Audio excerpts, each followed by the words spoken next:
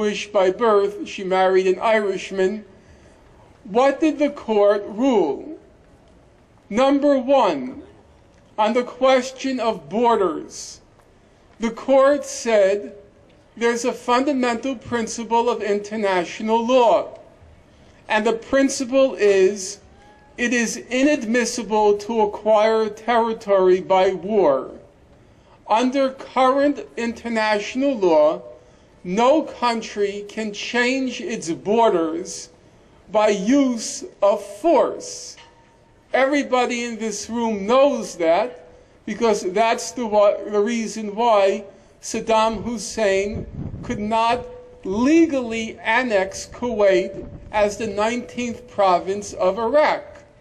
As George Bush Sr. put it at the time, he said, it's inadmissible to acquire territory by war, so Saddam Hussein's actions are illegal.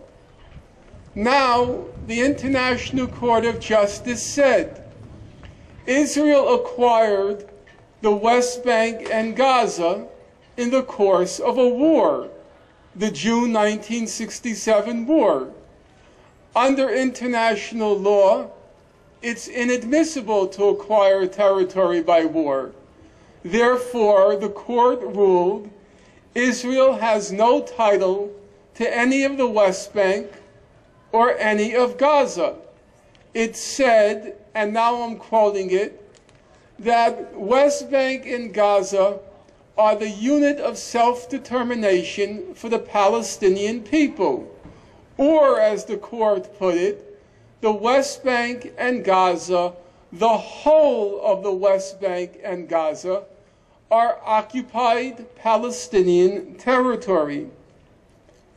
Number two, the question of the settlements, the 500,000 Jewish settlers currently in occupied Palestinian territory, currently residing in occupied Palestinian territory. The court said, well, this is a no-brainer. Under international law, Article 49 of the Fourth Geneva Convention, it's illegal for an occupying country to transfer its population to occupied territory. Israel is an occupying power in the West Bank and Gaza. It transferred that population to the West Bank and Gaza. Therefore, the court ruled that the settlements are illegal under international law. Number three, the question of East Jerusalem. Well, how did Israel acquire East Jerusalem?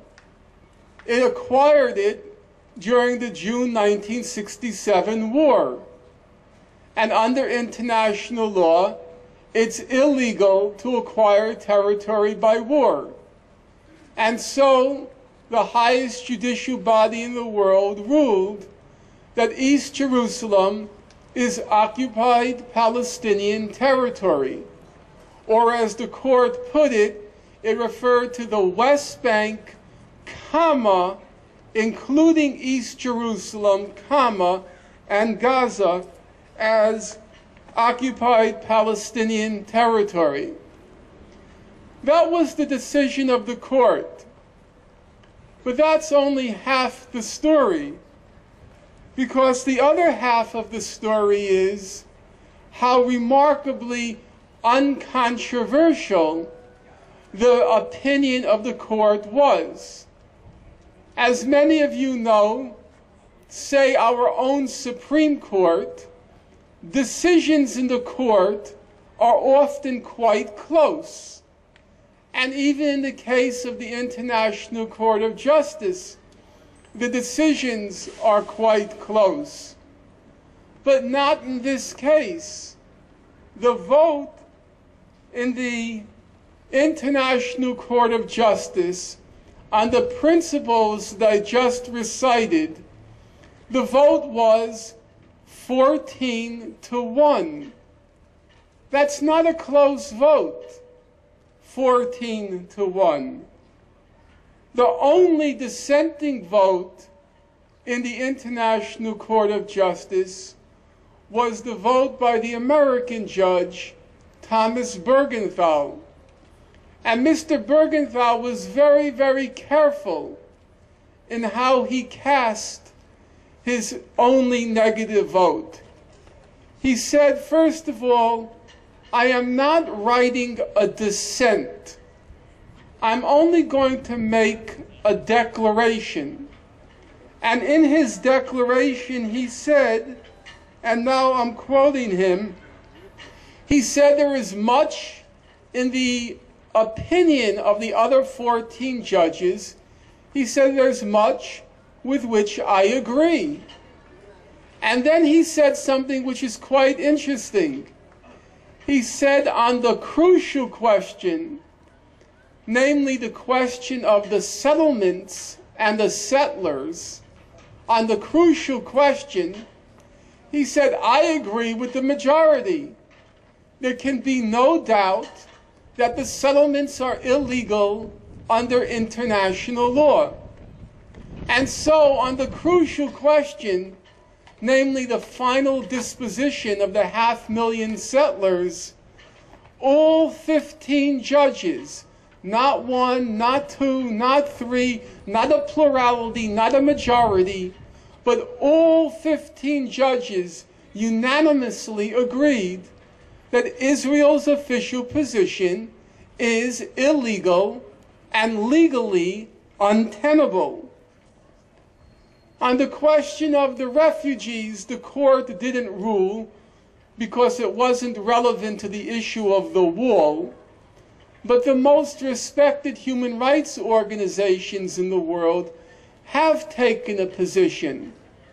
Both Human Rights Watch and Amnesty International, they both issued position papers in 2000 and 2001 in which they said, and now I'm quoting Human Rights Watch, we urge Israel to recognize the right of return for those Palestinians and their descendants who fled from territory that is now within the state of Israel. The same position by Amnesty International. And so, on what are said to be the most controversial questions, the borders, the refugees, the settlements, and the East Jerusalem, in fact, in the respected mainstream legal community, there's no controversy whatsoever.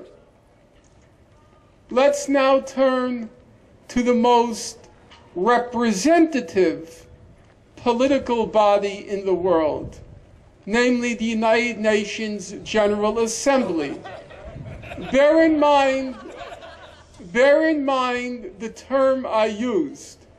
I began with the most respected legal body and the most respected human rights organizations in the world.